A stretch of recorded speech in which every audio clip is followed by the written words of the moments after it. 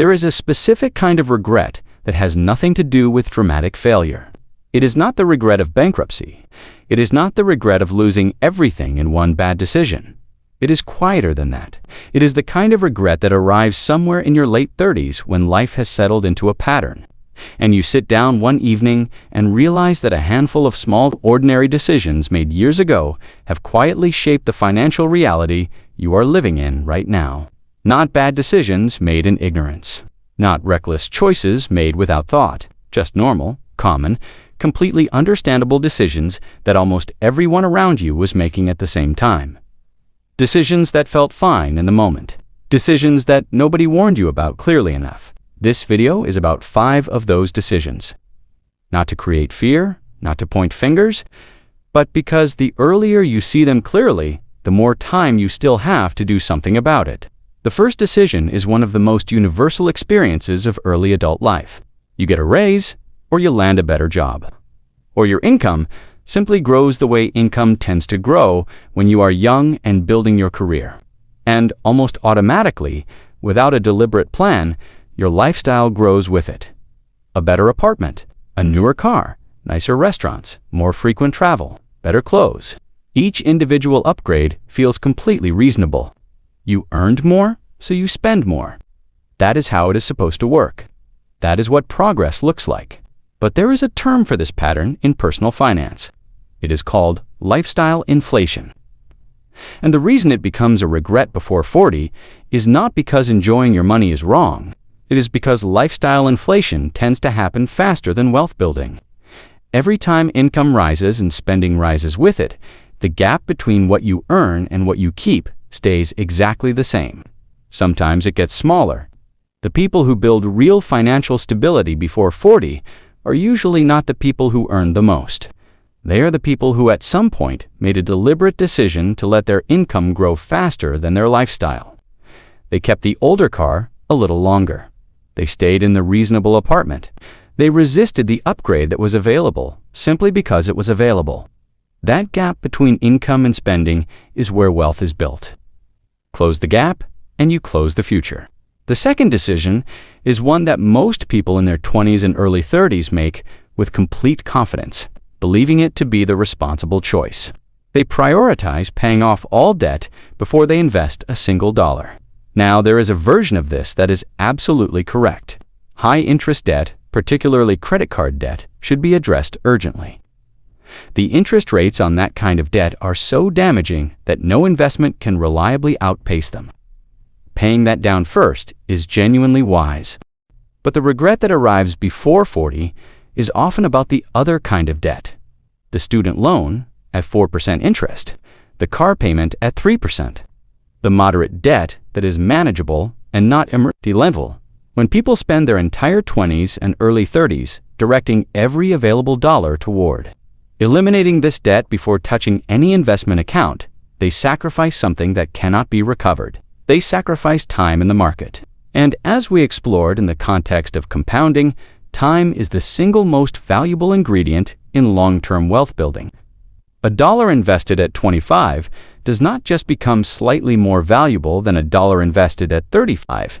In many scenarios, it becomes dramatically more valuable because of the decade of compounding it has behind it. The decision to wait until all debt is gone before beginning to invest feels disciplined.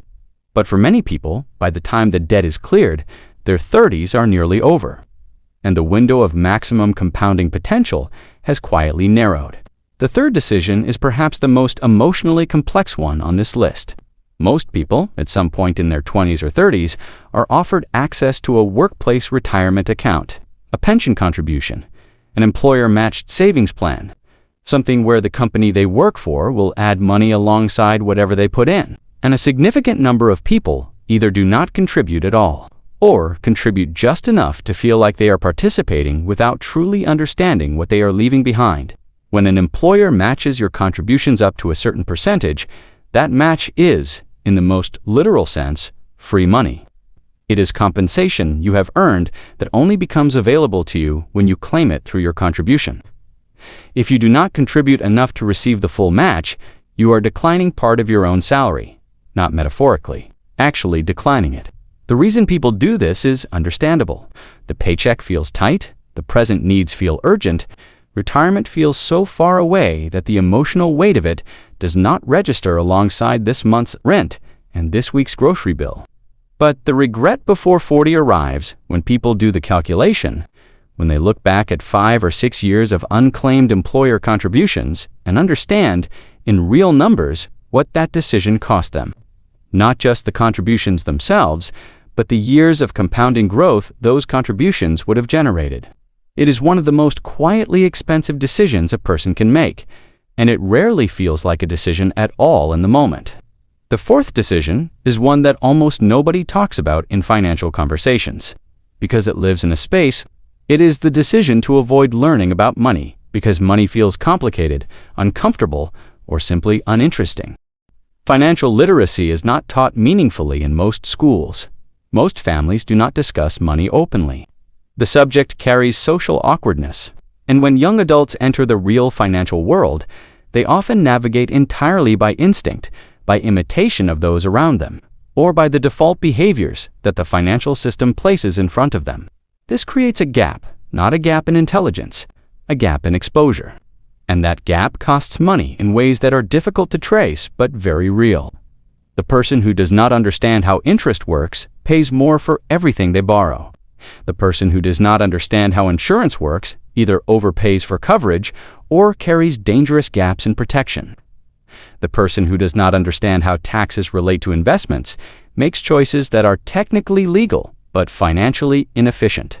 None of these losses show up as a single dramatic event.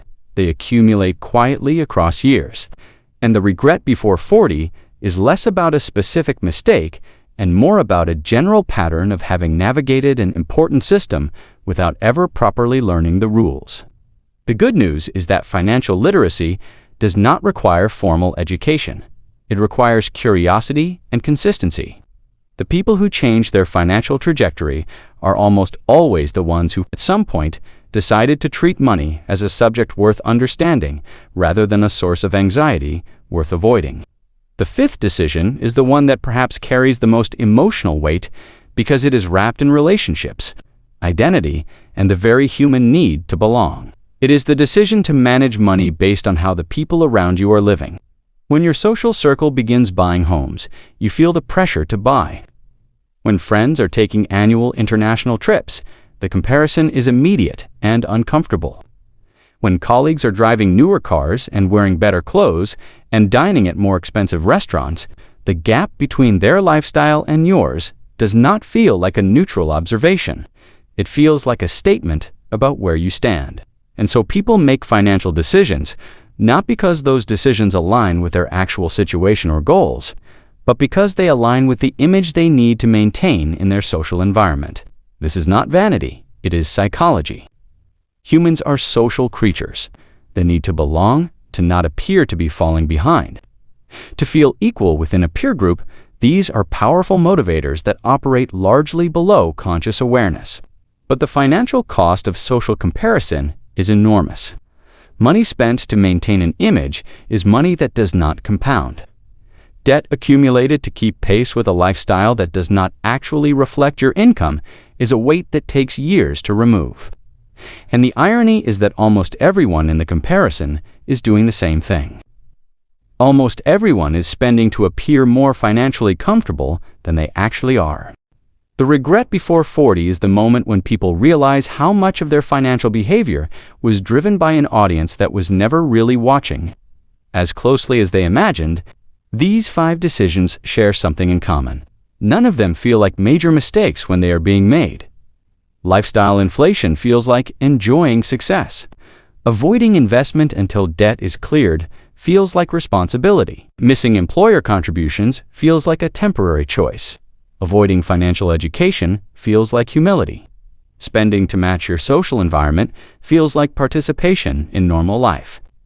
But across a decade or 15 years, the compounding effect of these decisions creates a financial reality that is very difficult to reverse quickly. The awareness of them, however, is genuinely useful at any point. Not because the past can be changed, but because the future still can. And that is always worth understanding clearly.